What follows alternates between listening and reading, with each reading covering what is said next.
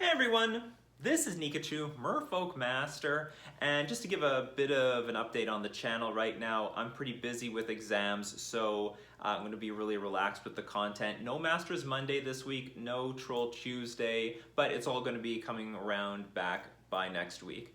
But we got some news. We got some pretty interesting news that's coming around about the banning and restricted announcements in two different dimensions. We've got banning and restricted announcements are banned, and we also have the fact that suspension in historic is a new thing. We're going to talk about the implications about all of this. So now, Aaron Forsyth said many weeks ago, maybe a few months ago, that the fact that they're rolling out a B&R announcement every single week in Pioneer was an experiment to see if that is something that they could do for the general banning and restricted announcements going forward. And while a lot of people believe that this is the end of banning and restricted announcements, no, this is the beginning of a banning and restricted announcement every week for all the formats. So they said it's not like they're gonna ban and restrict things out of the blue. Every single Monday, they could potentially ban something or unban something. Who knows? But this is gonna happen every single Monday. If they're gonna ban anything, that's what they're gonna do. They can do it on Monday, so it can happen at any time on Monday.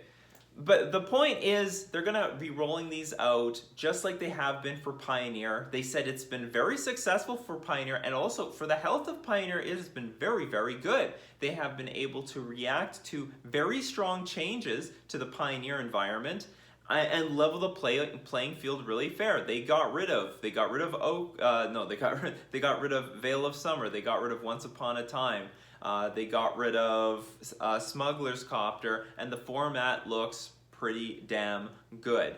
Now, one criticism I have for this is that they said it's been successful for Pioneer, but has it? Has it? We as Magic players have not been playing Magic in a period where our cards could potentially be banned in every single week. There are a lot of people waiting to buy into Pioneer because they're waiting for the B&R announcements to disappear. You know, no one wants to buy into the format because their favorite deck could be banned by next week. So they want to wait for the B&R announcements to cease so that they buy into their deck. And for those people, I think it's going to be fair and safe to buy into your deck, mostly on the back that they're sort of making the announcement that we're not going to be so aggressive. We're only now going to be banning things in emergency situations, which I think now Pioneer is sort of fine. They don't need to emergency ban anything anymore, even though they're going to have these B&R announcements every single week.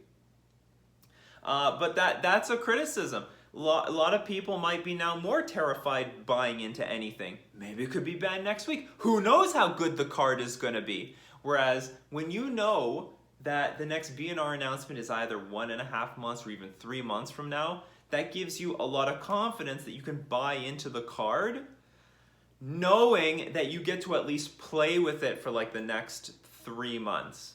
And now, even looking at Oko Thief of Crowns, the price of it, it went sky high, but the price maintained a pretty high price point, even though people were pretty sure it was going to get banned in Standard. However, if you needed that card for Standard, you knew if you bought at that price point that it was still going to be playable for X amount of time. So now, whenever you buy something, who knows when it could be banned next week.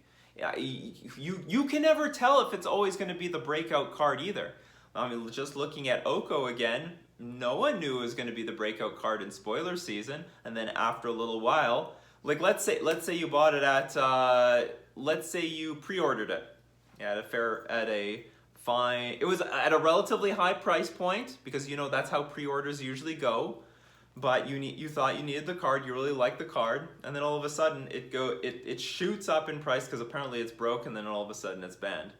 Whereas if you have regularly scheduled B&R announcements, you know that if you buy this card, you really like it for Standard, you get to play with it an X amount of time before it gets axed. But I think overall Wizards is going to be using these BNR announcements, or like the non-BNR announcements. It's going to be like going to the doctor's office for a disease. If they don't call you, it's good news. If they call you, it's bad news. So when we get these BNR announcements, it's going to be in emergency situations that they rapidly need to adjust for, and maybe we're going to need that going into the future. Like honestly, maybe we're going to need that. Wizards said they're going to be pushing the power level of the cards. R&D is experimenting. They're experimenting in the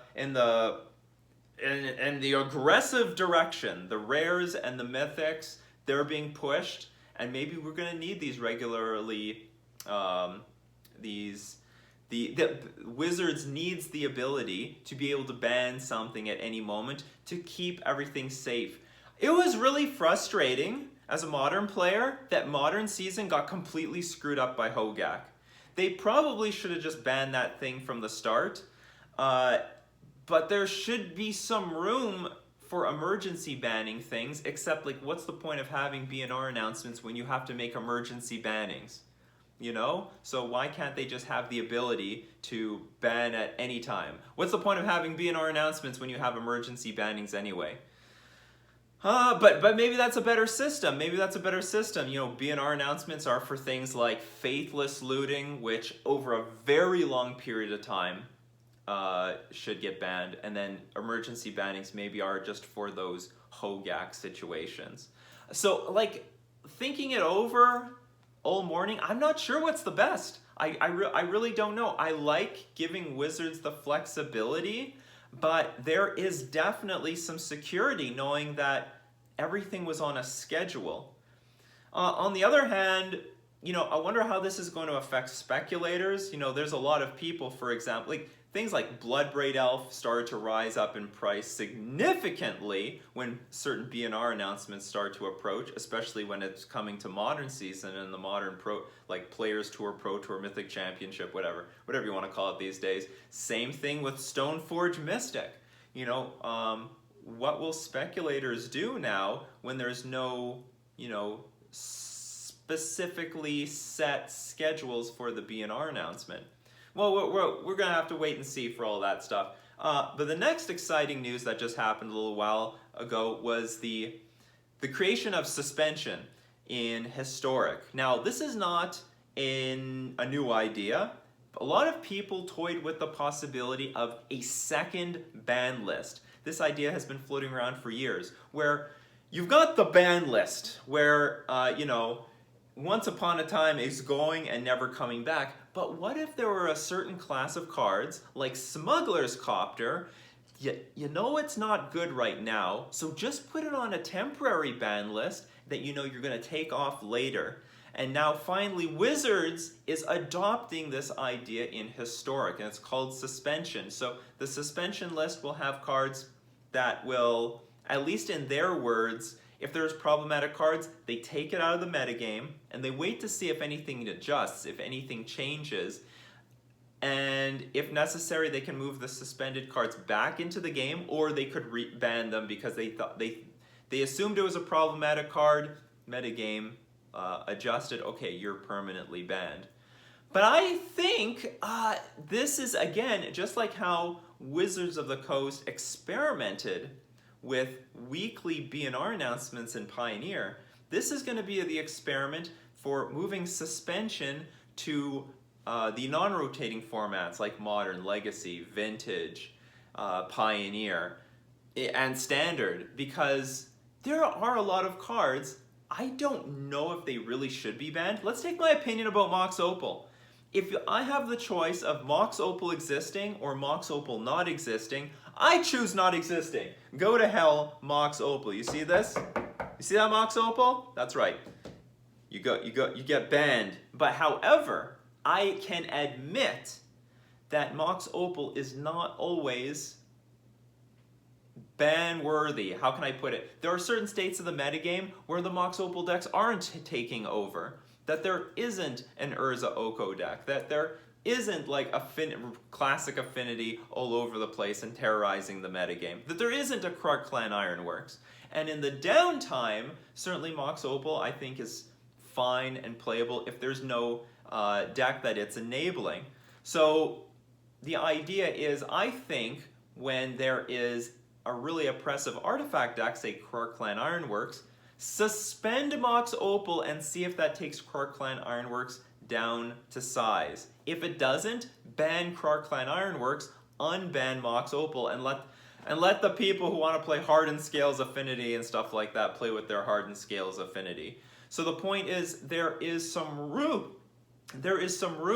to let people play with pretty oppressive cards, but when they enable really broken stuff that's worthy of being banned, it can take a suspension. Go on the bench, take a timeout, and let's see if the metagame can figure itself out. But it doesn't lose the value of the card, because if it is suspended, it means it can come back. It doesn't mean that it's gone forever. So like if a card like Opal gets suspended, the price doesn't need to crash to zero. It's just because it's in a state of Modern that it was enabling an artifact deck a little bit too much over the top. And then in the future, if new cards get printed that help deal with that artifact deck, then they can also take Mox Opal off the suspension list, because there are more answers to artifact decks.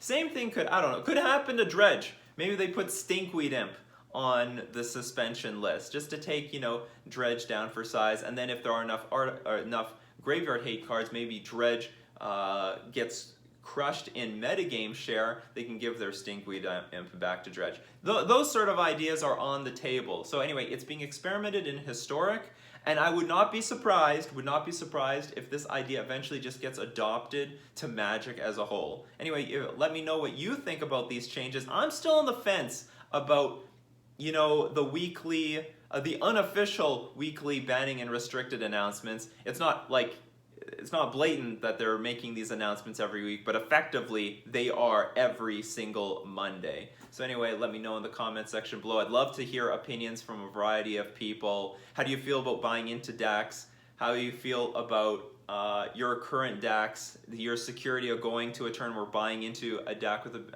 this sort of schedule? Do you feel better about it? Do you like the idea that the formats, all of them, Standard, Modern, Pioneer, Legacy, will be policed on a more regular basis? Let me know in the comment section below. This has been Nikachu, Merfolk Master, talking about all the new news for BNR announcements.